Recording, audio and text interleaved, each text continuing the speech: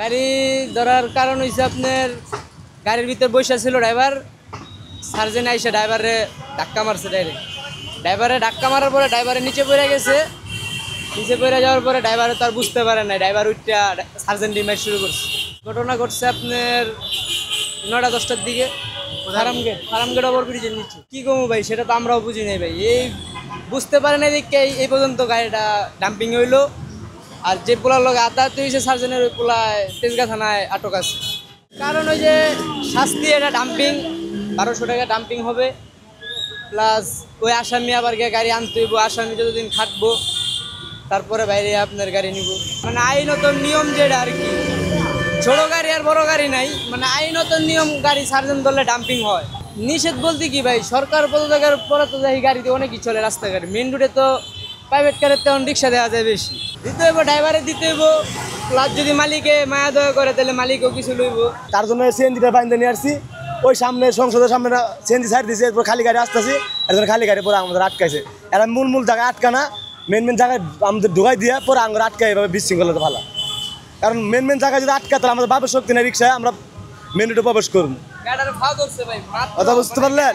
আর এখন বলছে আমাদের গাড়ি ডাম্পিংয়ে দিব, আর গাড়ি ডাম্পিংয়ে দিব, বসলে পাঠাবো 2-3 দিনের পরে আনতে হবো। 2 টাকা লাগবে, 2,500-2,000 টাকা লাগবো। আর 2-4 দিন মার যাবো। এই বিশৃঙ্খলার মধ্যে আঙুরে তৈরি করে ফেলা। আর যদি প্রথম তো আমাদের আটকা মেন সড়ক তো নেই, তাহলে আমাদের বাবার শক্তি নেই যে মেন সড়কে আমরা ঢুকবো। যেহেতু আইন শৃঙ্খলা ঠিক নাই, এই জন্য এই অটোগুলো ধরে মনে করেন টাকা পয়সা মনে করেন লইয়া সাজিয়ে দেয়, 27 দিন বেটা করে অবসর রাখে। এই লাভটা কি? একচুয়ালি ছাড়ার কোনো দরকার নেই। এ দরকারটা কি? আমাকে ঈশ্বরী যেহেতু 2,000-3,000 টাকা দাম, এ নিয়ে করবে কি? এ হলে গর্দা হিসেবে, বুঝলেন? আর আমাকে লাইসেন্সও আছে, আমাকে কিন্তু লাইসেন্স আছে, ওকে কিন্তু লাইসেন্সও নেই। ওরা কিন্তু বিএপি রোডে ওঠে, এটা কিন্তু ওকে অপরাধ। আবার বাসও মানে না, কিছু মানে না, ধরছে বাস নিয়ে ডান পিঁড়ে ধুয়ে দেবে, হয়তো মনে করেন ব্যাংকে ছুটি হালাইবে বা যেমন একটা জিনিস করবে নাকি। মনে করেন এই নিয়ে করে কি 2,000 টাকা পায়, সাজিয়ে দেয়, আবার এই সাবকে জায়গা মতো নেয়। তো এই ধরার লাভটা কি? সবাই মানুষের অরণ্য ঘুরিয়া একটা অপরাধ না? এই অপরাধটা কেরা দেখবে, তো অপরাধটা দেয় না, কিন্তু গরিবগুলো তো মরিয়ে যায়।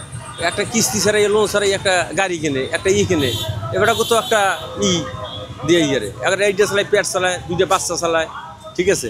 হয়তো নাহলে বিআইপি রোডে উঠতে দেবে না, মেইন ভিতরে চালাও, এটা সাবধান করে দেবে।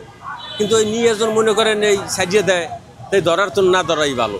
আজকে 20টা বছর রিক্সা চালাই, এই ফার্ম গাড়ি আমরা চালাইতাম রিক্সা, কিন্তু এনা আমাকে বেল নেই, বুঝলেন? এনা আমার গাড়ি তো ওঠে না, অটো পাইয়া এনা আমাকে রিক্সা ওঠে না। কিন্তু এই জন্য এই পার রিক্সা ওঠার জন্য কতজন ভালো, এটা কিন্তু পাবলিকে বোঝে না। কিন্তু পাবলিক কিন্তু আসলে কিন্তু বলো বেশি ওঠে, কিন্তু মাইয়ারা, পুরুষ কিন্তু একটু সাবধান হয়ে যায়। এক্সিডেন্ট নয়, পুরুষটা কিন্তু ওঠে পার রিক্সায়, কিন্তু মাইয়ারা পাইলে মনে করি মধু হয়েছে, বুঝলেন? এই মধু পায় নাই, এরা ওই উপিটা ড্যান্সও দেয়, বুঝলেন? এই কিন্তু এখন তো এই জন্য অ্যাক্সিডেন্ট নয়, এই অ্যাক্সিডেন্টের কোনো ভয়টা পায় না। হ্যাঁ হ্যাঁ হ্যাঁ, মাইয়ারা একটু পাগল, এর মনে করেন মধু, এই মধু পাইছি, এই অবস্থা, বুঝলেন? ঠিক আছে।